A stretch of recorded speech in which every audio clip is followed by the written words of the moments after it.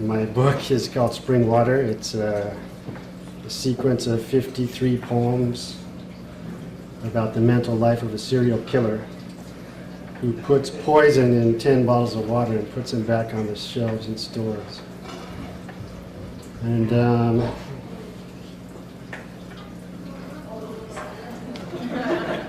this is called Joe Smith's Diary, number 1. I hardly sleep because of dreams. They don't become me and could be obsessions, depending on whether it's day or night. Visions seem incompatible as birds and windows. I'm no genius if you ask, but I am if you don't. All who know me are convinced I'm one of them. Sheep's clothes is just a joke, but look how it works. I adjust to fantasy if need be. This is my diary. I'm narrator now. For God's sake, no one can stop me. If everyone's lucky, I let them live. I can set 10 free and go unnoticed.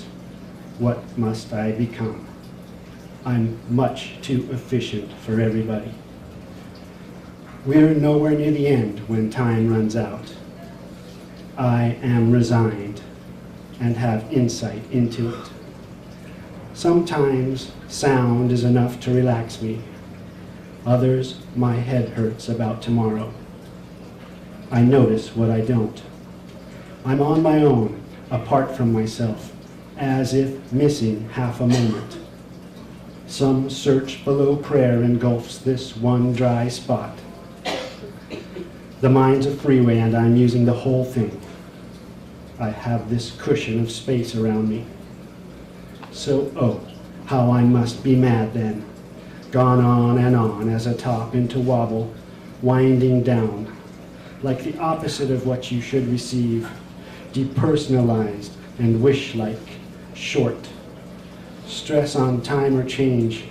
I can't become attached to either, however meaningful. Raindrops make a tune. You have to go back before the Big Bang to account for.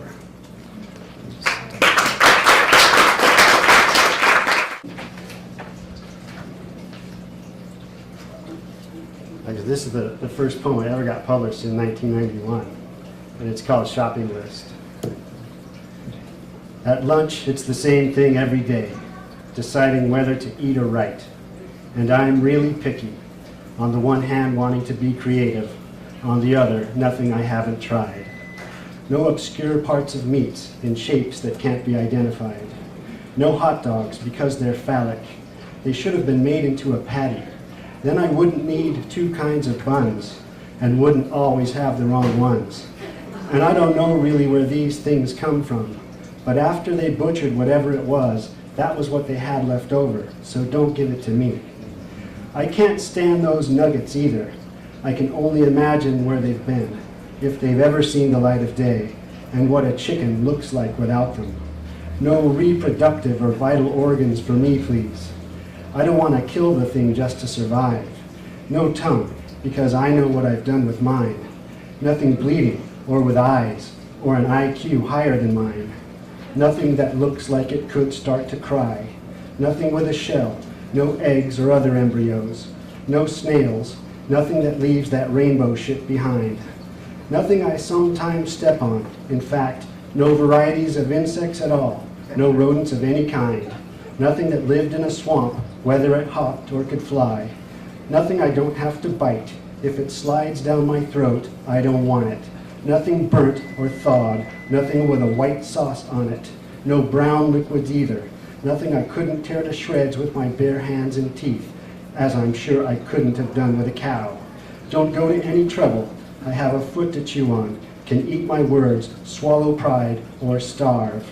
Anyway, my time is up. Leaving poetry, vegetables, and certain nuts. A man can't live on bread alone.